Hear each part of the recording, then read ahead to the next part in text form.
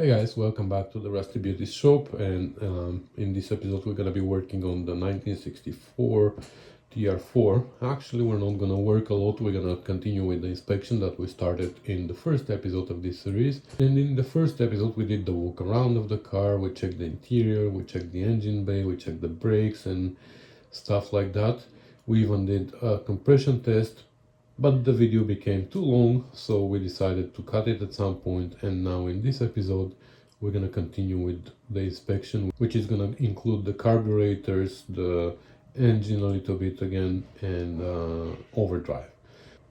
And it's funny, that the inspection is taking us 2 videos. This means that the rest of the work is gonna take us who knows how many videos.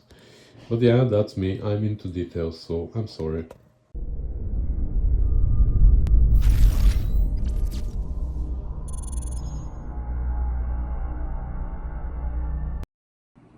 Okay, and before we call this general inspection done, there are 2 more things that I want to do.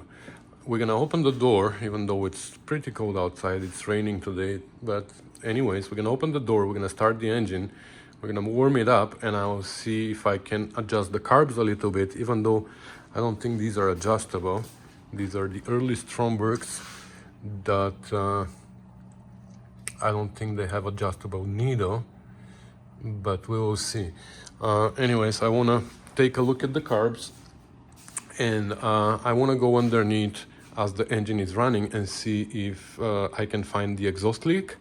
And the last thing is I want to see the overdrive. It's an A-type overdrive, so I can go and manually move the solenoid and see if that's gonna affect it. So that's gonna tell me whether the problem is electrical or internal of the overdrive, if it's working or not. If it is internal, then we might not even do anything about it. The owner told me that he might be able to live with that. But if it's working when I move the solenoid manually, this means that it's either wiring, switch, or the actual solenoid or whatever, something that we can fix easily. So these are the things that I want to do before we call this inspection done. Alright, so yesterday after it sat on the charger for a while and my Jeep battery was hooked up to it, actually at the end of the day it was cranking really well with its own battery. So maybe the battery just needed charging because the generator is not charging properly. On the other hand, it was showing me 13 volts, right? When I was almost 13 volts when I measured it. So let's see now what happened overnight, whether it kept the charge or it went down. Let's see. Alright, neutral, choke on. Wow, looks like a car actually. So she actually runs pretty good. I'm gonna let her warm up, and in the meantime I'm gonna go underneath to try and find the exhaust leak.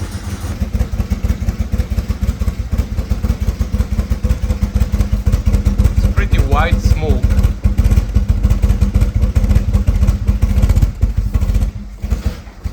Okay, don't die.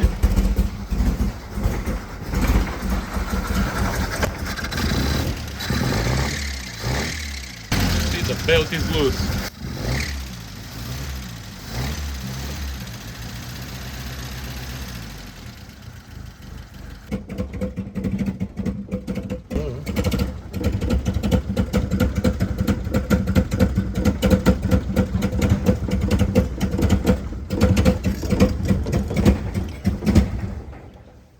She died.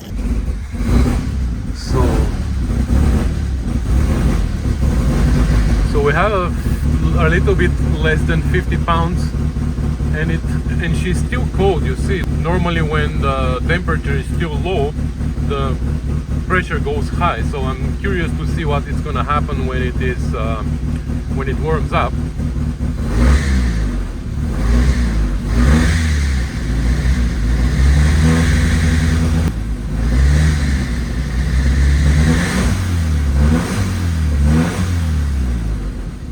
For now it does the normal thing. As it revs up, the pressure goes up, which is normal.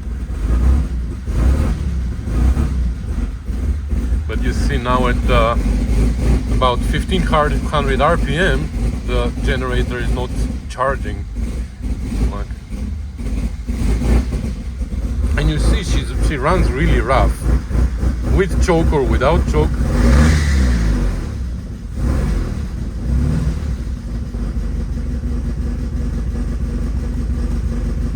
There you go. So now, well, this is not 1500 RPM, or maybe it is, but anyways, look, it's not charging.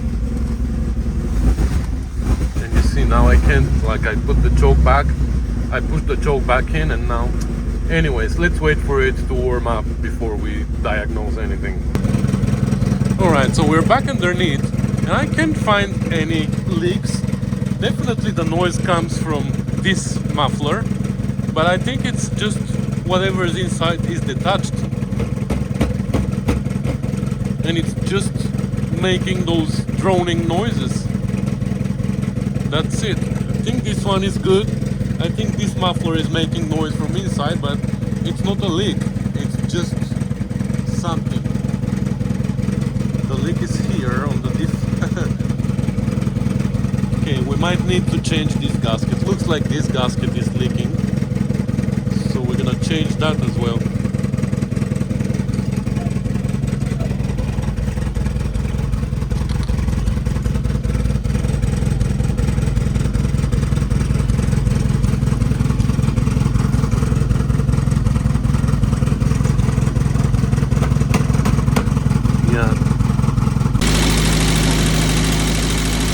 Alright, so I stuck a piece of paper here to keep the RPM high.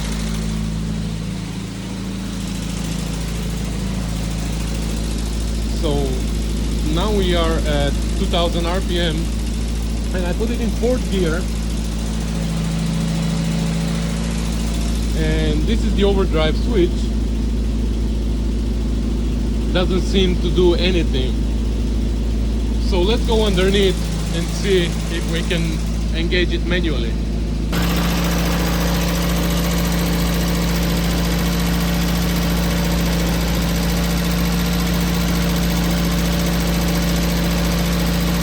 Nope. Doesn't seem to do anything. Doesn't make any difference in the noise, in the sound. But you know what? I'm gonna go engage it actually. Let's turn the switch on and see if that's gonna make the solenoid move at least. This is gonna tell us if the electrical is working properly. Nope.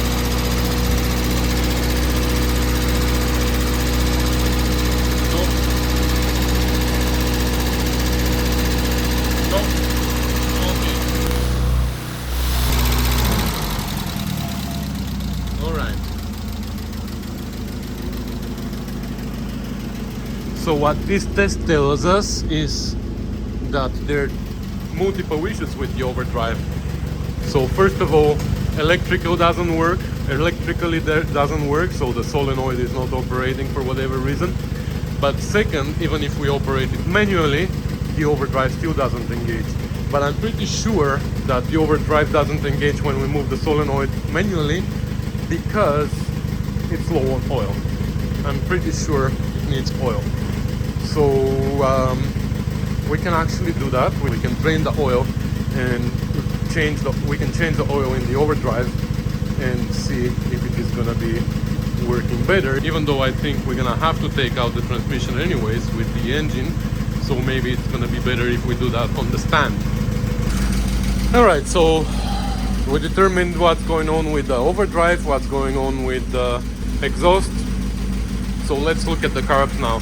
So you see what I'm talking about. Now it is warmed up enough, but look, when I open the throttle quickly, it hesitates for a second, and then it starts going up. You see, it goes da da da da da da da da da.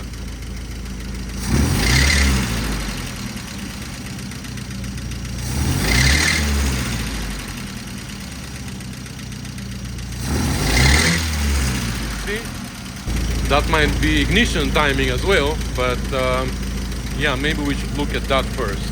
Is there a vacuum somewhere that I can hook up to? Alright, so I unhooked the vacuum line for the distributor advance, and I unhooked it from here, but look, there's no vacuum here. That's interesting. Anyway, let me hook up my vacuum gauge. So that's interesting. There's no vacuum at low RPM.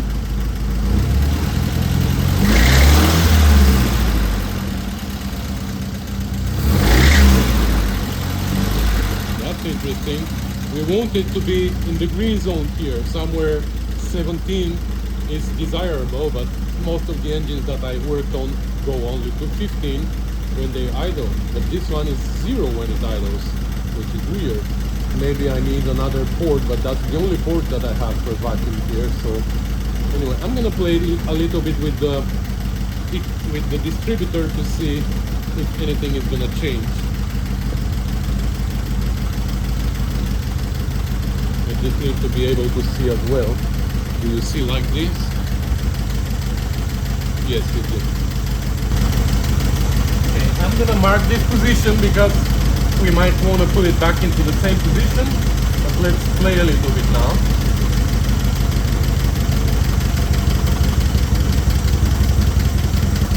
So I'm retarding it right now and it doesn't sound great, so I'm gonna go and advance it. That's back where it was.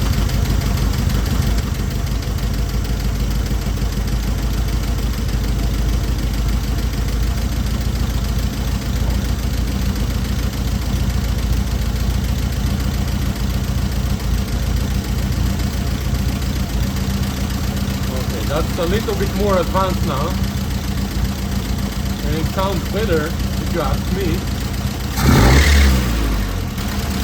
And now it doesn't hesitate.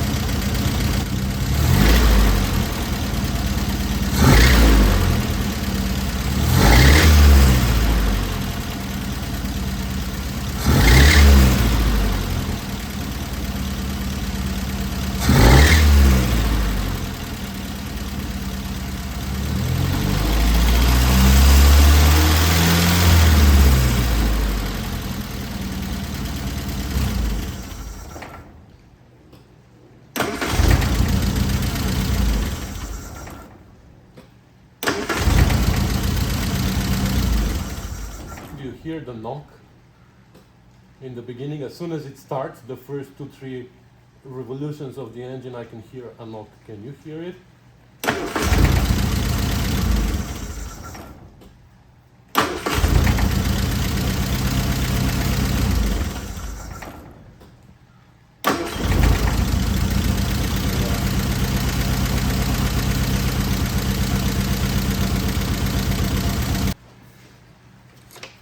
Anyway, so I think this is much better timing for it, so we advanced it a little bit. As far as I can tell, probably like 5 degrees, I don't know. I'm just eyeballing it. So it's a little bit more advanced than before, but we will see when it's cold, because when you give it too much advance, then it is, sometimes the engine can't turn over because it fires too early and it just backfires. So we will see when it's cold how it is gonna work, but now it starts well. Anyway, I'm still gonna take out the air cleaners and we will see how the carbs run. But I think that the problem that I was experiencing the other day when I drove it and when it was not picking up RPM, I think it was related to the ignition, not to the carbs. Unfortunately, we can't test drive it today because you see, it is wet outside, right, Rusty? I don't like it either, but maybe one of these days, if it dries out outside, we can go for a test drive again. But anyways, okay, so let me take out the air cleaners and we're gonna start it again and see what the gauge is gonna show. All right, so the air cleaners are out, and now when I'm looking at these carbs, actually, I don't know much about these. 175 CD Stromberg. Anyways, it looks like they have adjustable jets underneath, so they don't have adjustable needle, but probably they have adjustable jets, so we can play with the mixture if we want to from here. But let's see first of all how they run We're gonna check them for airflow to see if they're running even airflow, and then we're gonna see if they're running rich or lean.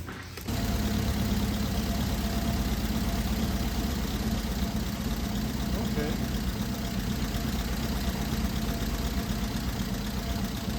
All right, so they are not running even.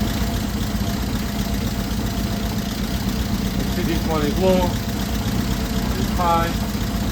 So, in the first place, let's equalize the airflow. So we're gonna disconnect the linkage so the two carburetors are independent from each other, and then we're gonna adjust the airflow. So there are 4 screws here on these clamps.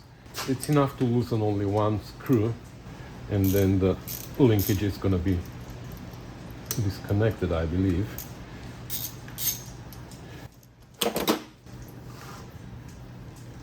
Yeah, you see now this carb is moving, but this shaft is stationary, and same here.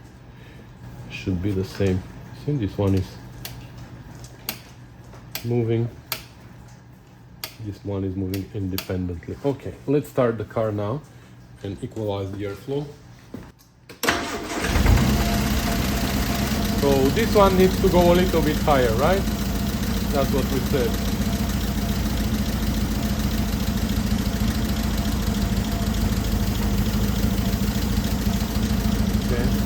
So we're gonna turn this screw here that adjusts the throttle position.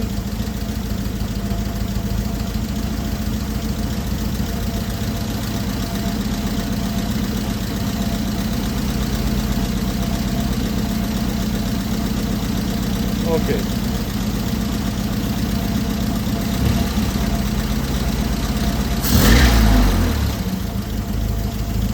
Well,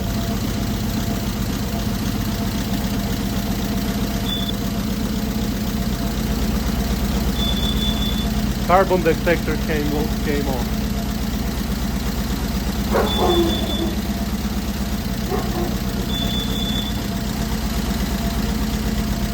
We're gonna loosen this one a little bit.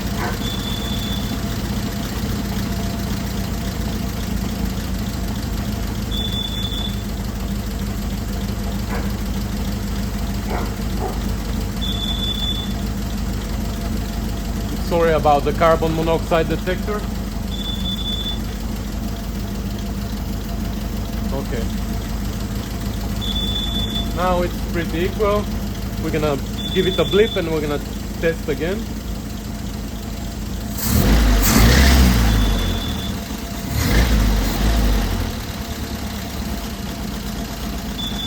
Okay.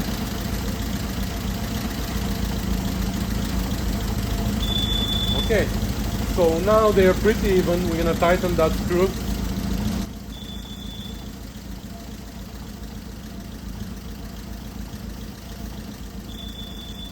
And now they should move together.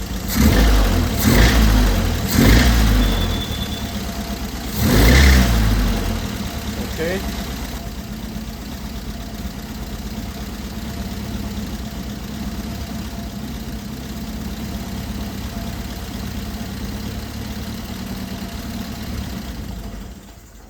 Looks like this one is running a little bit rich and this one is running a little bit lean, but let's double check.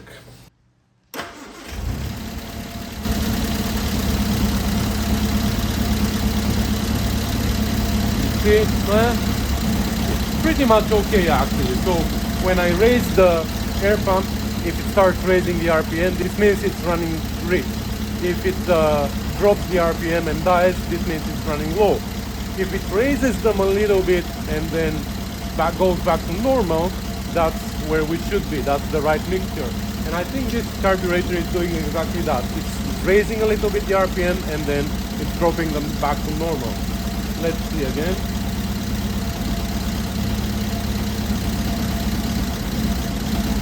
Yeah, this actually is running pretty good.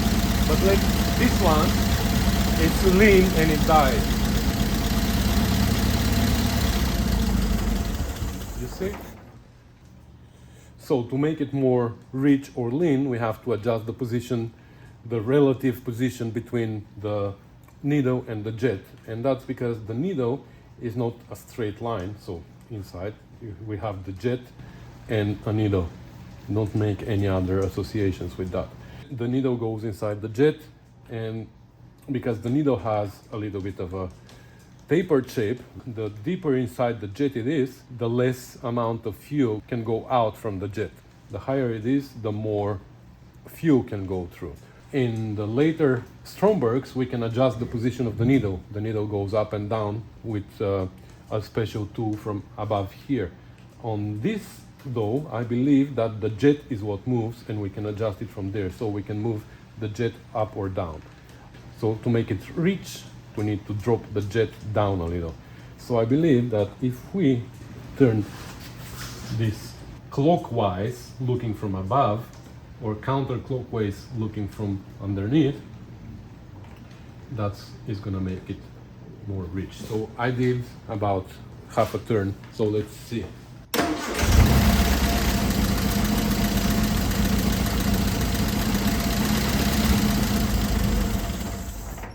Okay, let's do another half.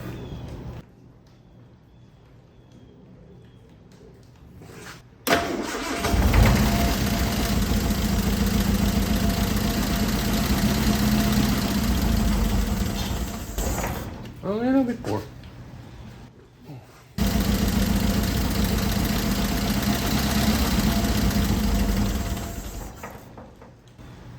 Why does it die? Okay, I have to do a research on that and see if these are adjustable or not, because the early Strombergs, I know that they're not adjustable, either the needle or the jet. So the only way to adjust them is by changing the needle to different profile. So we will see about this. So anyways, I think with this we complete the whole inspection. Of course, there might be more things to deal with in the future that we're gonna find as we're working. But in general, we know, like, we have enough information to make a plan. And I think the plan should be, like, for me, the engine is the priority, but we're gonna need to give it some thought before we go ahead and take it out. And in the meantime, I might actually do the electrical part. I'm gonna go and find that wire that they told me that there is a burnt wire under the dash. So I might go and find that wire and deal with that first, so I can safely run the car after that. And then maybe we should reverse the polarity and go from there. Just do the electrical stuff first maybe. So I think that's gonna be enough for this video as well. So thanks for watching, thanks for commenting and subscribing, thanks for sharing, and thanks for supporting the channel and for all the good things that you do for the Rusty Beauties community. If you don't know about the Rusty Beauties group on Facebook, there is one. You can join it. We have about 1900 members now, which is great because our community grows, and there are more and more people who share their projects and people who ask questions, or they offer parts for sale, or they're looking for parts. So it is a great place to be, I believe. So if you are on Facebook and if you are enjoying my videos, you want to definitely join that group as well, so you can be part of the whole thing. Anyways, rambling again, let me go put back that carbon monoxide detector, and I'll see you in the next video. Bye.